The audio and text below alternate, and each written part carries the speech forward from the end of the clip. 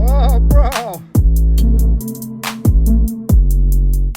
What's going on, everybody? Welcome to Dirt Bike Trails. My name is Nick, and this is my Beta 300RR first ride and first impressions. So this is a new bike to me. Just got it, some parts changed out and ready to go on the first ride on this bike.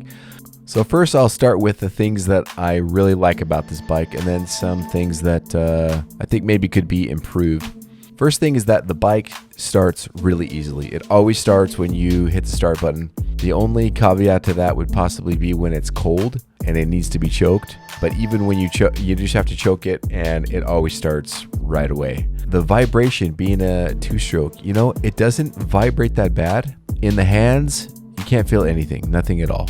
In the feet, you can feel some vibrating, but if you're riding it to like hard enduro, you can't even tell at all. It's only when you get on the road and you get your speed up is when you can feel the bike vibrating. One thing that I really appreciate about this bike is that the clutch pull is like insanely light. The only bike that I know of that has a lighter pull is my friend's bike that has a clake on it.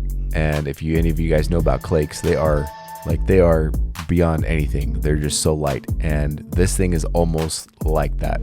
So that's definitely a plus when you need to feather the clutch quite a bit.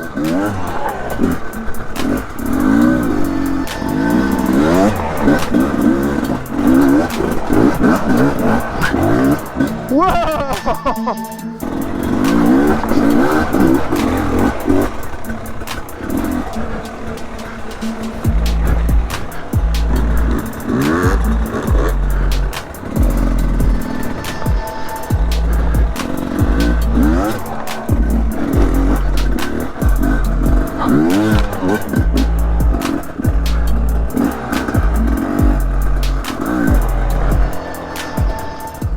The suspension on this bike, this is the Sachs open cartridge. I think it's good. I weigh about 220, and for me it was sprung a little light, but it actually didn't really matter because I enjoy the rougher, slower riding, and so obviously I can tell the difference in the whoops, but just for enduro, it's fine for me. One issue I had was that the fork would wash out. Like my front end would wash out a little bit, but I just adjusted the rebound and hasn't been an issue ever since. And then onto the cons, the things maybe I think that could be done a little bit better. This bike is like really thirsty. I think it's just jetted so rich, which is a good thing if you want your bike to run cooler, but it seems to run out of gas really quickly. And there have been a couple times where I've just taken a little bit of gas along with me because I did not want to get stranded out there without any gas.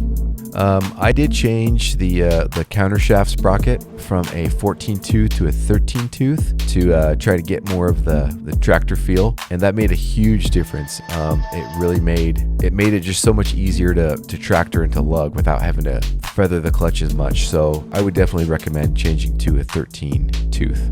Those are my first impressions about this bike after having ridden it for 5 or 6 months, but I'm definitely loving it, and I'm looking forward to owning my next beta.